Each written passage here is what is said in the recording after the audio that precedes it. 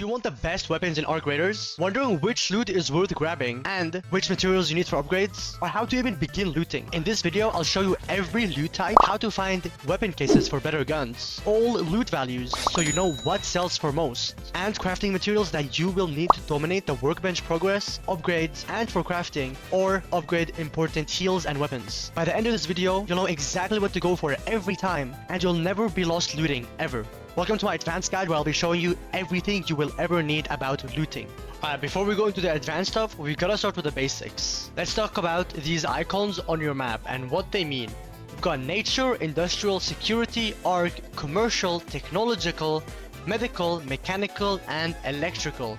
Now, nature is where you usually get lemon, herbs, or mushrooms. Those are used for various healing items. Next up, you have industrial, where you get mechanical components, industrial batteries, and wires. Mechanical components is almost always used for upgrading weapons or crafting, and the other two are mostly used for shields. So industrial is somewhere you always want to keep an eye on. Security, that's for weapon mods, ammunition, and lockpicks. Not as important as the industrial one, but it definitely has its purpose. So if you're ever running out of ammo, you want to head over to security and try to find some ammunition there. Arcs, that's self-explanatory, that's where we find most of the arc stuff. Commercial is basically where you get all the blueprints, gadgets, and mostly stuff to sell that is higher value. Technological is for advanced electrical components, circuit boards, sensors, and more, and those are also used for various higher tier upgrades. Medical is where you usually find medkits, antiseptics, and bandages, and chemicals. Those are always used for healing. Mechanical, that's where you usually find mechanical parts, springs, and gears. Those are always used for crafting attachments and weapons. And last but not least, electrical. That's where you get power cores, cables, batteries.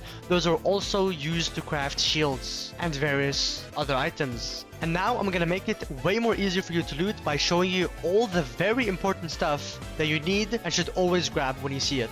Arc power cells are something you should always grab when you see them because they're used to craft shields and you will be crafting a bunch of them. Anything that has advanced in front of it, you always want to keep because they're always used to craft something that you need, especially weapons. Arc circuitry. Those are one of the most important items that you should always keep an eye out for because they are what's used to craft multiple rare blue items on top of repairing blue shields, so you will need a bunch of these. You want to get a bunch of batteries because they're also used to craft blue shields later on. And something like the camera lens and the candle holder are something that you always want to recycle because they will give you basic materials like plastic and metal parts. So be aware that there is some stuff that's used mainly for recycling so you can get more of the basic stuff. Duct tape is also important for crafting attachments. Exodidos modulalis are used for crafting purple weapons, so you should definitely keep a hold of those. Fabric is used for crafting bandages, so try to get as much of those as you want. Hornet drivers are usually a very good way of getting money as they sell for 2k each.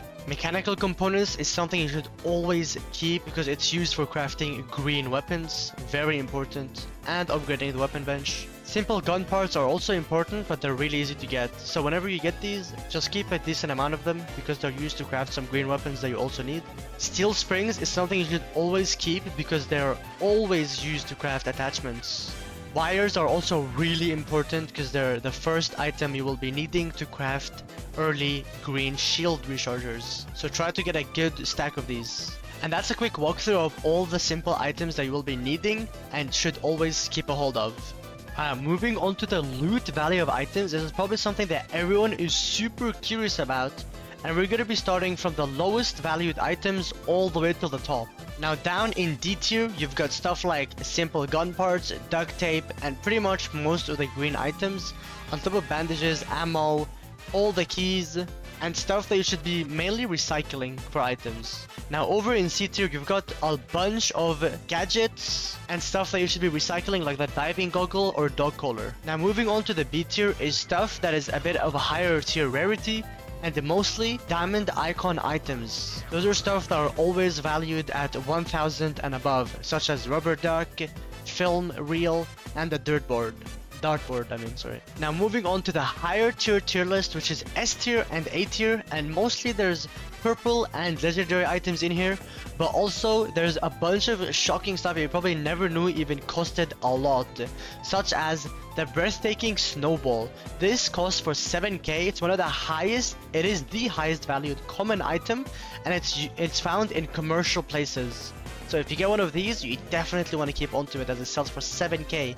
Same with the playing cards, they sell for a whopping 5k, the music box sells for 5k, and the red color jewelry, this also sells for 5k. Then moving on to the A tier is a bunch of more diamond iconed items that sells for a bunch, and they're all worth 3k. Lance's mixtape is also a diamond icon item that sells for 10k. These are items that are used for purely selling, so you should definitely keep them if you're running out of money. And if you have any spare blueprint items, you should definitely keep them because every single blueprint item also sells for 5k. Now a quick tip, if you want to also farm money, you should try to go for Hornet drivers as they sell for 2k each and they're very easy to kill and find. Same with the Snitcher scanners. So if you want to go on a bunch of crazy money runs where you can guarantee yourself some money, you can also go and kill some arcs as they're almost guaranteed to drop you one of these drivers and you can stack them on top of that. Or you can just go for the classic commercial run where you can get a bunch of high tier sellables around 10 to 7k and average around 1 to 3k. Most of the grenades also go for 1k, so if you have a bunch of grenade stacks, you should keep them as they do sell for a bunch. I'm gonna go ahead and scroll over the tier list for you guys who want a full view from S all the way to D tier. So I'm gonna give you guys a slow little roll on all of these tier lists of tool value.